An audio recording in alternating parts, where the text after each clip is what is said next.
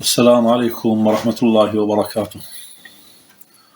رب اشرح لي صدري ويسر لي أمري واحلل عقدة من لساني يفقه قولي.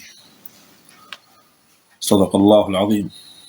تعودنا في كل الدروس أن نبدأ بالدعاء ثم نعطي شيئا من أمور العلاج التي تنفع الناس إن شاء الله ولنا فيها الأجر.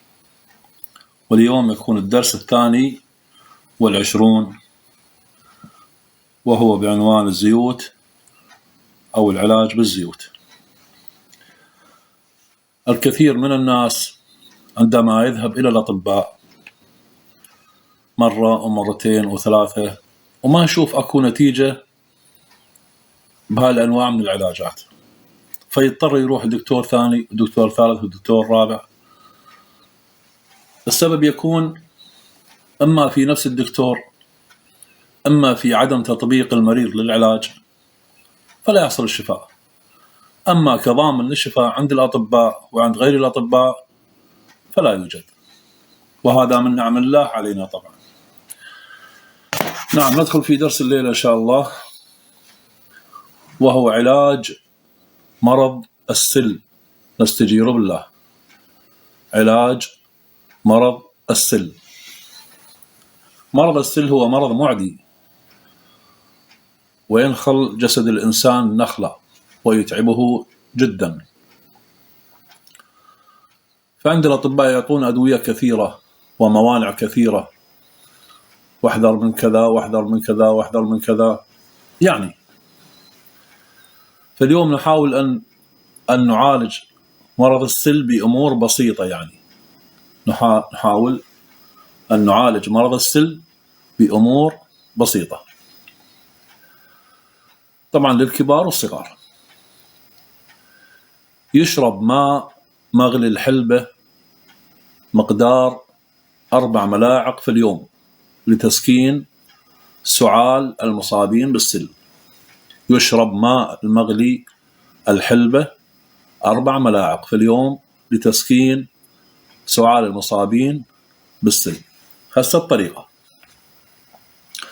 كأس ماء عليه ملعقة، كأس ماء عليه ملعقة من الحلبة النظيفة، من الحلبة النظيفة، ويغلى غليا جيدا، ويغلى غليا جيدا. ويشرب الشخص في اليوم 4 مرات: قبل الإفطار بنصف ساعة، وقبل الغداء بنصف ساعة، وقبل المغرب بنصف ساعة، وفي الليل قبل المنام، وفي الليل قبل المنام.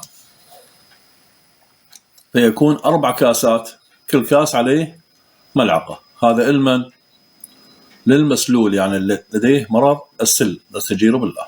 هذا أولا. ثانيا، يشرب في كل صباح. هسه الصباح الساعة 7 8 9 10، هذا كله صباح.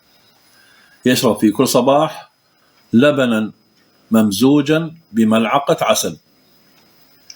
يشرب صباحا لبنا ممزوجا بملعقة عسل. شلون الطريقة؟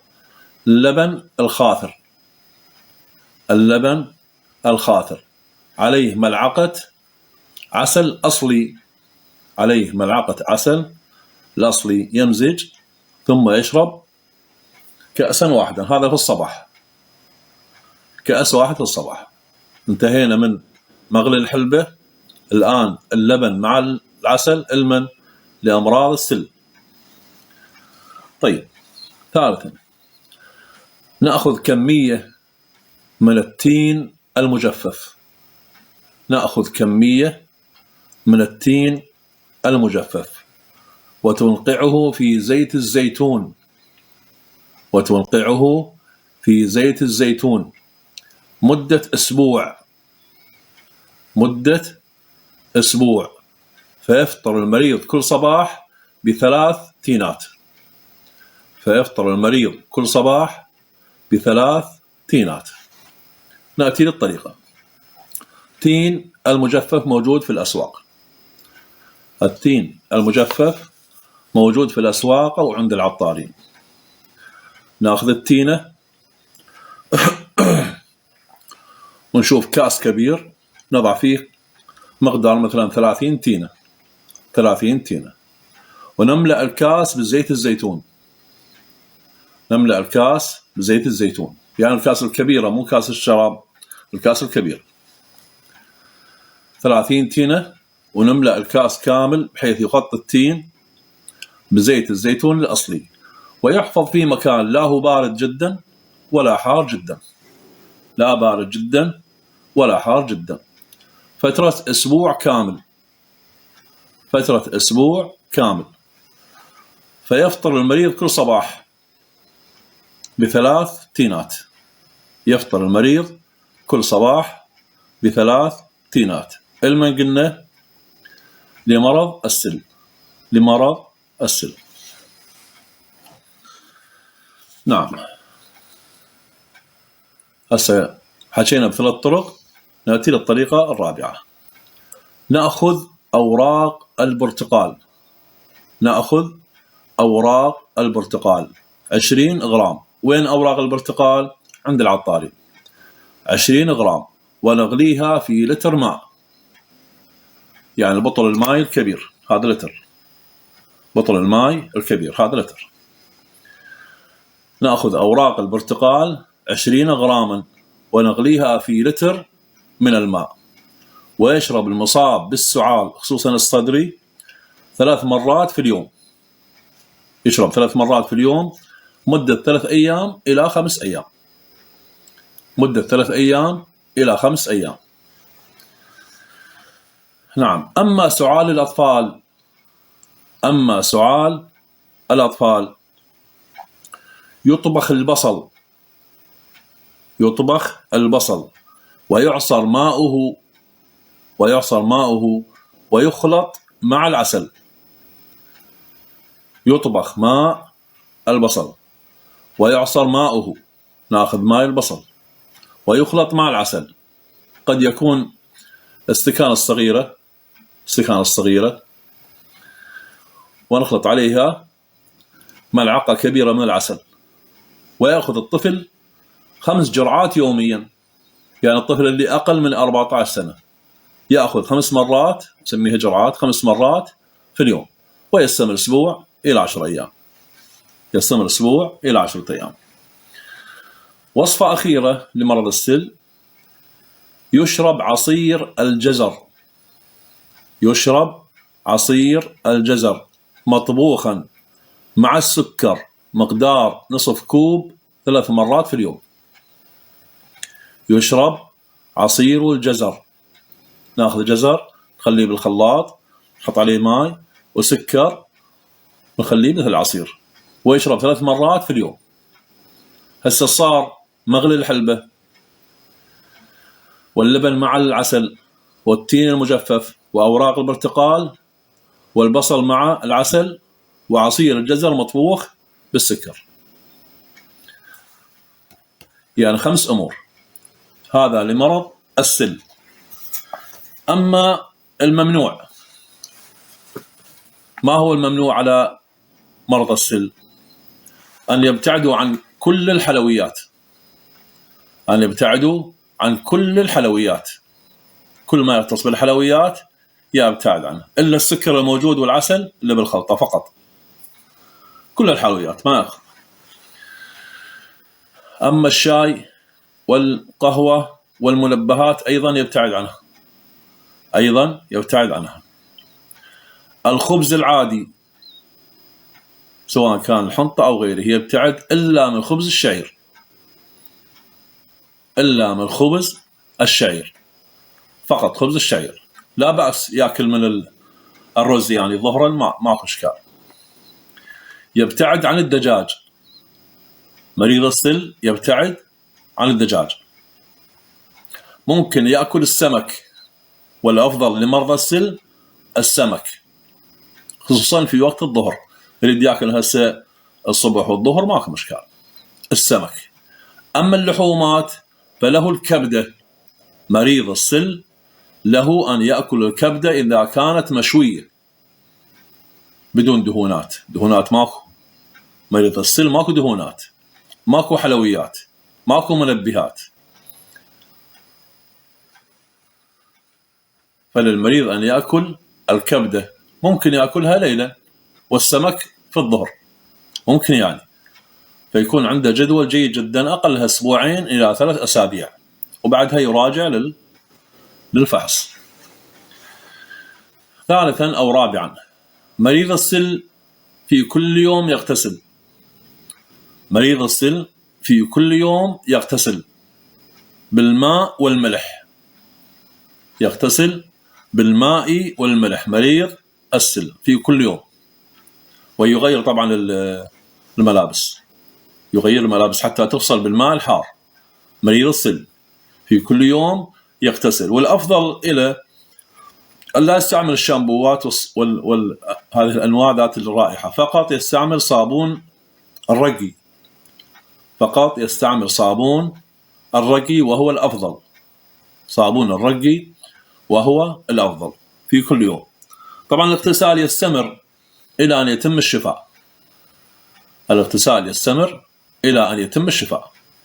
هذا من ناحية الاغتسال. نعم. ويفضل أن يسمع الرقية الشرعية. مريض السل يفضل أن يستعمل أو يسمع الرقية الشرعية، خصوصا إذا كانت الرقية الشرعية مجموعة من الآيات القرآنية والدعاء أو فقط القرآن، من أي قارئ، من أي قارئ يسمع. وطريقة أنه كيف يسمع: يتمدد على الفراش، ثم يغمض عينيه ويضع الهيدفون ويسمع بهدوء. ماكو أطفال أصوات كذا قريبة يم، لا. أقل ما يمكن أن يسمع مريض السل في كل يوم 2 ساعة.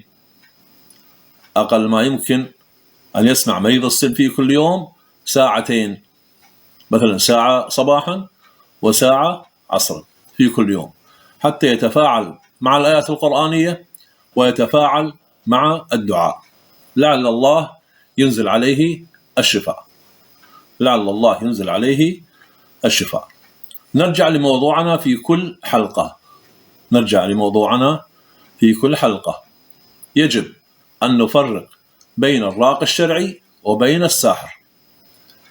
يجب أن نفرق بين الراقي الشرعي وبين الساحر، لعله في هذا الزمان اختلط على الناس الكثير. اختلطت الأمور على الناس الكثير، وأصبح أغلبنا لا يفرق بين الراقي وبين الساحر. كلهم نسميهم كشافين. والله خوش أبو فلان، والله خوش أم فلان، والله هذا أبو فلان السيارات واقفة بباب حوشه وديوانته متروسة السوادم. معقول يطلع دجال؟ معقول يطلع ساحر؟ هو يقرأ قرآن على الناس، ومعلق صور أهل البيت، وعنده منبر مال المجالس حسينية، فما معقول. نعم.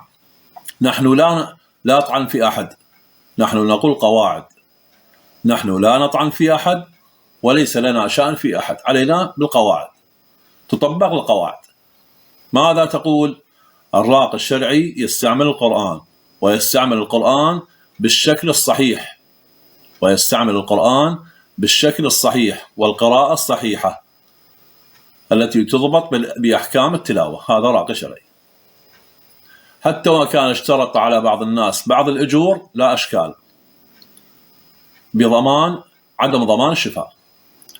الساحر يشترط على الناس أموال طائلة مع ضمان الشفاء، مع عدم قراءة الآيات القرآنية. وإن قرأ الآيات القرآنية أو الدعاء فكلها خطأ، فكلها خطأ. أما إن كان يعطي هذا الماء مقرأ عليه، وهذا حجاب، وهذا شيء يسبح به المريض، فهذا كله كذب، لا أصل له في التشريع الإسلامي. لا أصل له في التشريع الإسلامي. نحن لدينا كتاب الله المجيد وعترتي أهل بيتي، ما أن تمسكتم بهما لن تضلوا بعدي. إذن علينا بأخذ الدين من محمد وآل محمد عليهم الصلاة والسلام، من حيث نأخذ الرواية المحققة، ليست الرواية الساقطة، الرواية الموضوعة. نأخذ الرواية التي تم التحقيق بها سندا ومتنا ورجالا وفهما وعقلا. نعم، نأخذ بها. فمن خلال هذه الروايات نجد روايات العلاج بالقرآن، العلاج بالأعشاب، العلاج بالزيوت، ويوجد ما شاء الله يعني طب الأئمة سلام الله عليهم، ولو أنه أغلب الكتب رواياتها ضعيفة، لكن نأخذ ما يفيدنا يعني في مجال العلاج. طب الإمام الرضا، طب الإمام الصادق، نأخذ المعقول، نأخذ الشيء المعقول من هذه الروايات.